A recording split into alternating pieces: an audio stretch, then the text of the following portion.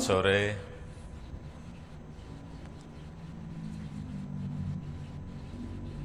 Yang saya hormati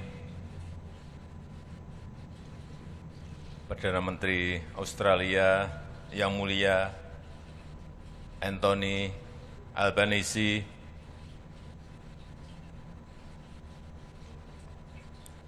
yang saya hormati Ketua DPR Republik Indonesia, Bapak Ibu hadirin undangan yang berbahagia. Good afternoon. The Honorable Your Excellency the Prime Minister of Australia, Anthony Albanese, the Honorable the Chairman of House of Representatives of the Republic of Indonesia, ladies and gentlemen. Bulan Januari yang lalu, saya berbicara di depan B20 pada awal masa tugasnya. Masih pandemi berat saat itu. Saya menyampaikan bahwa di setiap kesulitan, bahwa di setiap tantangan pasti ada peluang. Jangan pesimis. Titipan saya saat itu saya ingat, jangan pesimis.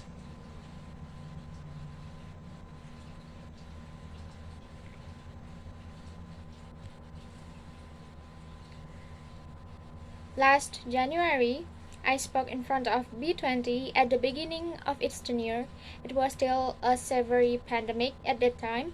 I said that in every difficulty, that in every challenge, there must be an opportunity. Don't be pessimistic. I entrusted myself at that time to be not pessimistic. Kemudian 10 bulan berselang.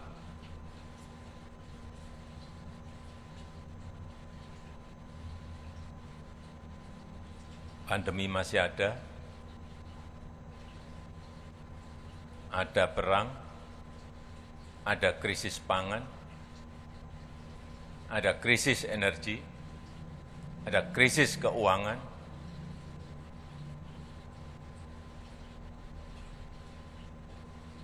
Tapi kita patut bersyukur Indonesia di kuartal kedua masih tumbuh 5,44%.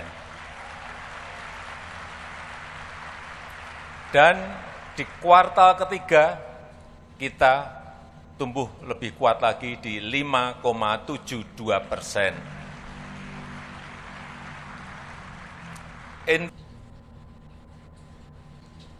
Then, 10 months later, there was still pandemic, there was a war, there was a food crisis, there was an energy crisis, there was a financial crisis, but we should be grateful. Indonesia in the second quarter was still growing at 5.44%, and in the third quarter we grew even stronger at 5.72%. Inflasi juga bisa kita kelola di angka di September karena kenaikan harga BBM naik menjadi 5,9%. Tetapi di bulan Oktober inflasi kita sudah bisa turun lagi di angka 5,7%. Managing Director dari IMF menyampaikan, Kristalina menyampaikan, bahwa Indonesia menjadi salah satu titik terang di tengah kesuraman ekonomi dunia.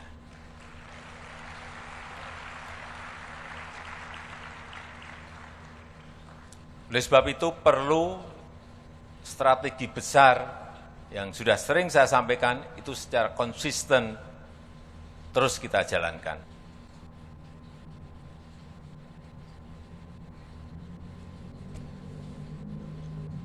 We can also manage the inflation in September. Due to the increase of fuel prices, it raised to 5.9%, but in October, our inflation was able to fall again at 5.7%. The managing director of IMF, Kristalina, said that Indonesia is one of the flashpoints amidst the gloom of the world economy. Therefore, we need a big strategy, which I have often conveyed that we will still consistently commit. Yang pertama, hilirisasi, industrialisasi, bahan-bahan mentah yang kita miliki memang harus kita stop untuk mendapatkan nilai tambah di dalam negeri, baik yang berkaitan dengan pendapatan, baik untuk negara, baik yang berkaitan dengan penciptaan lapangan kerja, dan sudah kita mulai dengan nikel dalam rangka membangun sebuah ekosistem besar EV baterai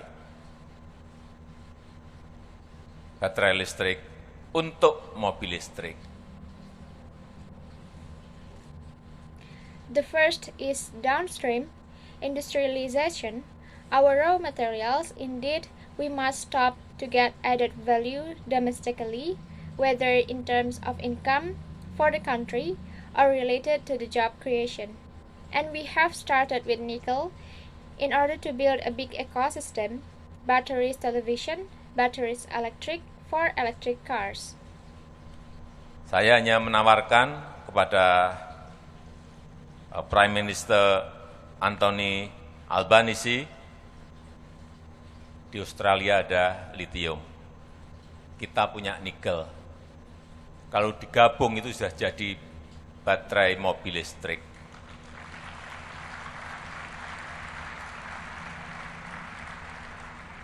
Tapi saya minta kepada Perdana Menteri Albanese untuk lithiumnya bisa dibawa ke Indonesia saja.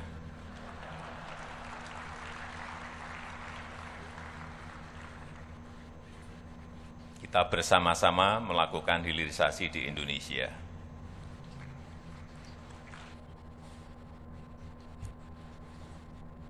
I only offered to the Prime Minister, Anthony Albanese, that in Australia there is lithium, we have nickel, and when they combine, they become car battery electricity. But I asked the Prime Minister, Albanese, for only the leader to be brought to Indonesia. We are doing the downstream together in Indonesia. Yang kedua, yang berkaitan dengan ekonomi hijau. Sudah sering saya sampaikan bahwa potensi energi baru terbarukan, renewable energy di Indonesia itu sangat besar. Ada potensi 434.000 megawatt, baik dari hydropower, baik dari geothermal, baik dari solar panel, baik dari angin, baik dari tidal wave, semuanya ada.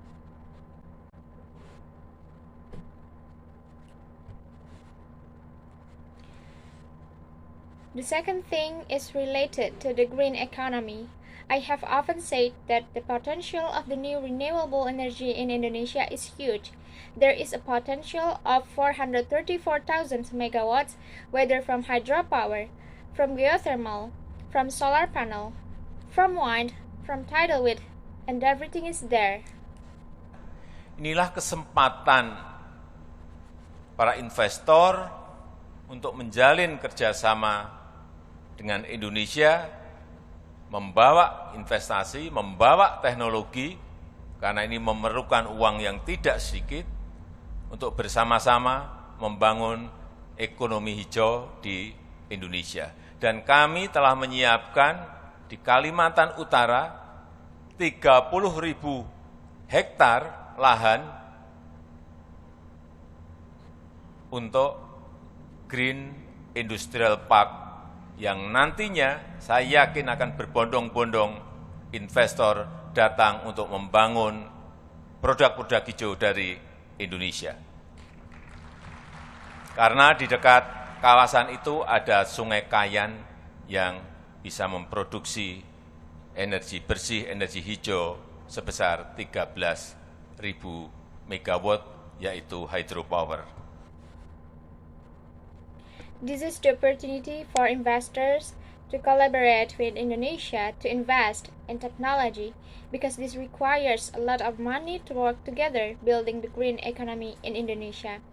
And we have prepared in North Kalimantan 30,000 hectares of land for the Green Industrial Park, which later I believe investors will flock to build green products from Indonesia, because near the area there is Kayan River, which can produce the clean green energy of 13,000 megawatts, namely hydropower. Kemudian yang terakhir, yang berkaitan dengan digitalisasi. Saya titip yang besar agar membawa yang kecil. Yang besar mau membesarkan usaha-usaha kecil, usaha mikro, agar mereka tidak tertinggal. Kita sudah 3 tahun ini memasukkan usaha kecil, usaha mikro untuk masuk ke digital platform. Dan sudah sampai saat ini sudah ada 19 juta usaha kecil, usaha mikro yang sudah masuk ke platform digital. Dari 64 juta UMKM yang kita miliki.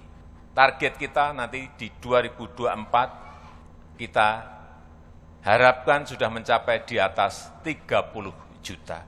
Artinya yang kecil-kecil jangan ditinggal. Then, the last one, related to the digitalization, I entrust the big ones to bring in the small ones. The big ones want to grow the small businesses, micro businesses, so they won't lag behind. We have been for 3 years incorporating small businesses, the micro businesses, to enter the digital platform, and so far there have been 19 million small businesses, micro businesses, that have entered the digital platform from 64 million micro, small, and medium enterprises that we have. Our target later in 2024, we hope to reach above 30 million. It means that don't leave the small ones. Ya, saya titip kepada India agar nantinya juga yang usaha-usaha kecil, usaha mikro ini juga masih dibawa lagi, diteruskan.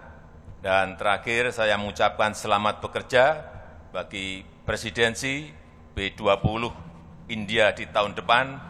Saya optimis B20 akan semakin solid dan terus berkembang. Terima kasih.